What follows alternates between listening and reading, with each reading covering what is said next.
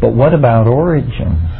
The dominant and virtually unchallenged myth of our origin is either that God created us in 7 days along with all the rest of creation, or that the universe was born out of nothingness in a single moment for no reason. These are the two choices on the menu. Neither terribly compelling to rationalists, I dare say. Interesting to note that this scientific explanation, the universe sprang from nothing in a single instant, however we may think of it in terms of its veracity, notice that it's the limit case for credulity. You understand what I mean? I mean that if you can believe that, hell, you can believe anything. Sit down and try and think of something more improbable than that contention. So it's like they open up with the 1-2 punch and say, put that in front of them. If they can swallow that, then, the hydrogen bond, gene segregation, and whatever will follow hard apace, because the hard swallow comes first. Well, now I maintain that it's a very odd place to look for. What that's called is a singularity.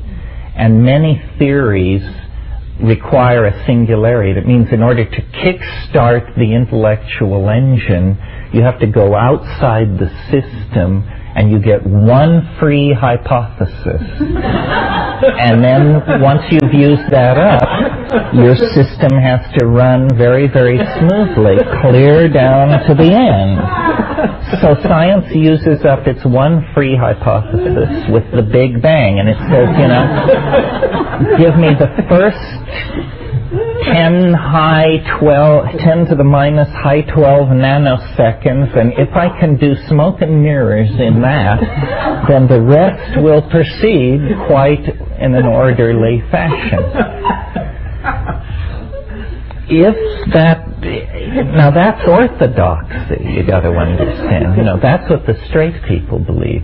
So I think that if you get one free singularity in your model building, a more likely place to put it would be not in a featureless, dimensionless, processless vacuum, super vacuum, it isn't even a vacuum, at the beginning, but why not look toward a domain of many temperature regimes, many forms of energy, many languages, many chemical systems, many different levels of energy exchange. In other words, why not look for the singularity late in the life of the universe instead of in the immediate moments of its birth?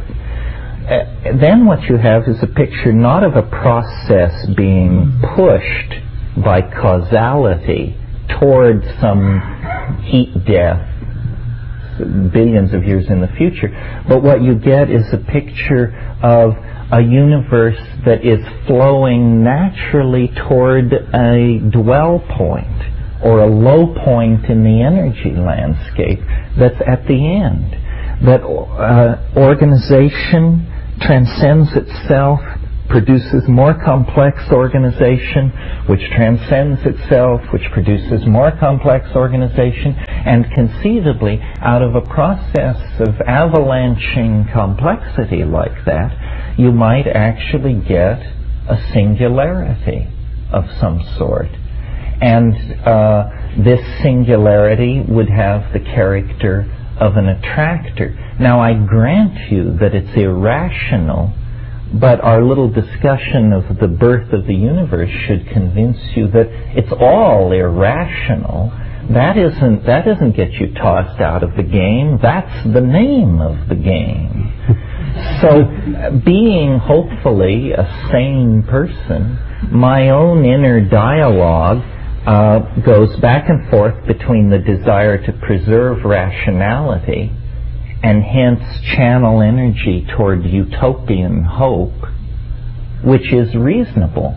After all, we have the money, the scientific knowledge, the communication systems and so forth to solve any of our problems. Feeding the hungry, curing disease, halting the destruction of the environment. The problem is our minds, that we cannot change our minds as quickly as we can redesign harbors, flatten mountains, cut rainforests, dam rivers. These things pose no problem. Changing our minds is very difficult. And because I see that, and because I see it from a psychedelic point of view, and because I don't want to abandon myself to despair, instead I see then this transcendental object at the end of time. This is not part of the utopian schema. This is part of the millenarian revelation. But it's a very persistent idea in all times and all places. This highly unlikely concept has been kept alive.